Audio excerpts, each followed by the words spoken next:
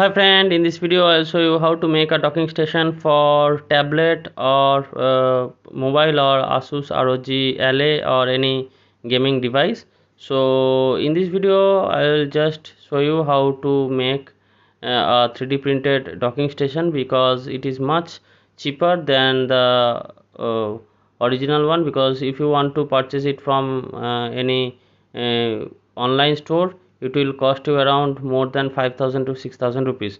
So you can make this type of docking station.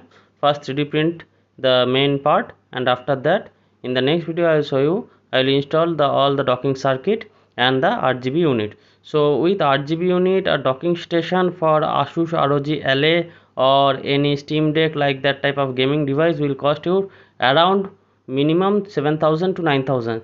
But if you want to prepare this type of docking station at your home, you can prepare with the help of 3D printer, and it will worth you not more than 1500 rupees. So I think it is better to print or make your own docking station for Asus ROG Ally or Steam Deck rather than purchasing it from online store.